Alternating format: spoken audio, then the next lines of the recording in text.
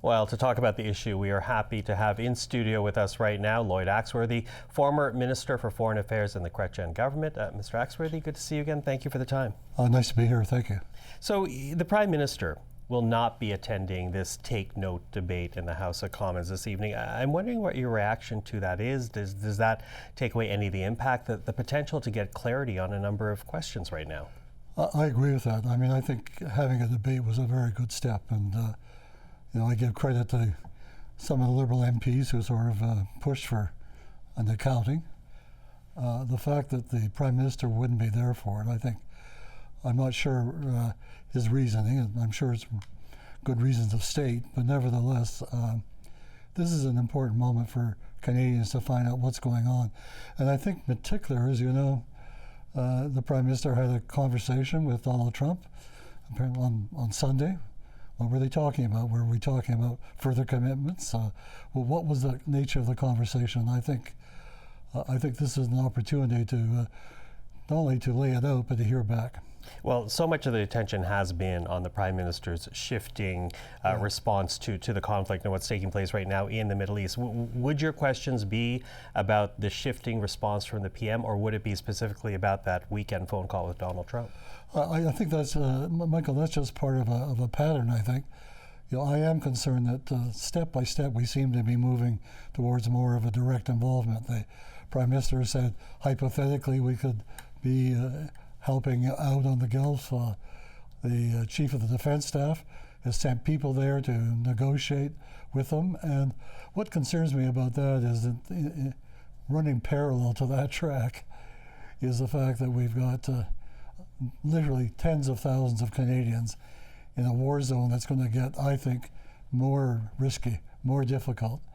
And we should be really using those resources first to determine the safety for the Canadians. Okay, get Canadians stuck in the zone, out of the danger zone, back to safety, as you say. Although, to your point about the potential for a widening conflict in Canada's involvement, we did hear from David McGuinty, the Defence Minister, today. Let's play a bit of what we heard from Mr. McGuinty. This was this afternoon. It's important for Canadians to know that Canada was not consulted before the action undertaken by Israel and the United States. Canada was not asked to comment. Canada has not participated, and Canada will not be participating.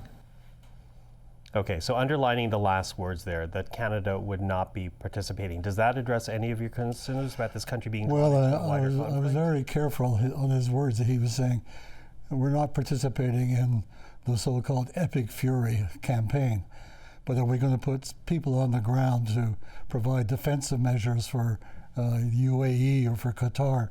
Those are real questions.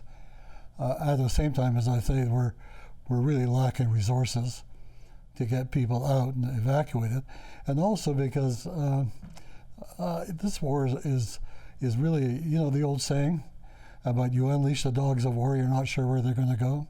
I think this has caught people by surprise. I think Trump was assuming that he could do another Venezuela. He could sort of decapitate a leader, and then you've solved the problem. Iran is not Venezuela, and there's clearly an ongoing commitment, defiance, if you like, by the Iranians. So this is an ongoing, and could be really not just a messy as it is now, dangerous one, but it could involve a lot of potentially even civil wars inside Iran with all the different kinds of groups warring with each other. We don't want Canadians sitting in the basements while that's happening. Okay, but build on that though, because what is, to my understanding, what has been considered thus far was, as you said, putting Canadian troops to, and there's no commitment on this, but they're exploring, could Canadian troops shore up our allies? What's wrong with a defensive stance, not an offensive stance, striking Iran directly, but what's wrong with defending a UAE or a Bahrain? Well, to begin with, they're not allies. They're partners. We export weapons to them and we try to get money back, but we have no treaty, we have no alliance. It's not like NATO or NORAD. So you can say they're partners, but is it our job at this point in time to running to their defense? That's part of having a debate. I think Canadians generally are showing a lot of reluctance to get into it, and I think I share that in one real sense. First, I think there's a much more immediate responsibility, which is to really plan an evacuation if situations get worse, or even now. I mean, we have over 3,000 sort of dual citizens in Iran, but we have no embassy, we have no consulate. There's no way for them to get out. To me, I hope this comes in the debate, this should be the priority. And I think if you want to provide some defense thing, but Michael, here's another thing that concerns me. Donald Trump has an appetite for glomming on to any little sort of endorsement and exploding it and ballooning it. If we say we're going, he's going to, well, I mean, no, maybe he and Mr. Carney have already had that conversation, but he's going to try to build on that. And there's the old slippery slope idea. Once you're there, what are you going to do next for me? Mm-hmm. Well, which brings me back to the initial support that we heard from the Prime Minister. And to be fair, he has amended that support, saying it came with a regret. But he on the Saturday morning, when people were waking up a week ago of Saturday, he said he supported the strike. What do you think happened there? Do you see that as a failure of global affairs to advise properly? Do you see that as the Prime Minister, freelancing his own opinion on this? I think there's a black box there somewhere. I don't think anybody's fessing up. My own sense is that he has a certain agenda, which is to try to walk a tight line between keeping Mr. Trump reasonably happy, but at the same time living up to what we consider to be Canadian standards and norms. And I think he, in this case, sort of went to one side of that equation, and all of a sudden he realized that was putting him in a real box, and he had to come to the other side. I'm still not sure or clarified exactly where we are as a government, and that's why I hope the debate tonight would clarify that, and I think even help shape that, because that's what Parliament is for. But if the Prime Minister's not there, it takes something away from that. Mm-hmm. As we have this discussion, I do want to state what has been observed, though, of the Iranian regime. They're responsible for the deaths and the persecution of tens of thousands. They have spread, as a regime, have spread insecurity, destabilized neighboring countries, funding groups like Hezbollah. Is it understandable that there is support for what the United States did to the Iranian regime?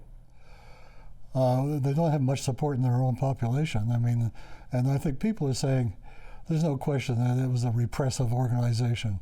Nobody has any time of day for what they're doing. In fact, a lot of people, but I think we didn't pay a lot of attention to Iran in this country. We don't know much about it. And I think what we should have been looking at, what are the other ways that could be supportive? I mean, I think, Donald Trump launched this attack in the midst of a negotiation on putting a restriction on nuclear weapons. He says we're there to stop nuclear weapons. Well, you had a diplomatic forum to do that.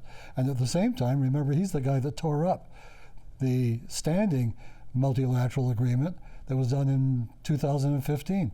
So, there's such a mixed message coming out of Washington. And that's why I guess I would make a point that we shouldn't be making too many commitments until we have a much clearer sense of what are the end game and what is going on here, and assess it from our point of view, especially because I think one of the objectives we should have as Canadians is to disentangle ourselves from too much involvement or engagement with the U.S. military.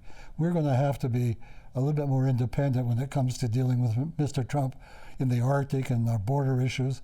And I think this is why we want to make sure we don't make hostage to ourselves. Mm-hmm. Well, you talk about opinions, and you did write a week ago an op-ed piece that was published in the Toronto Star.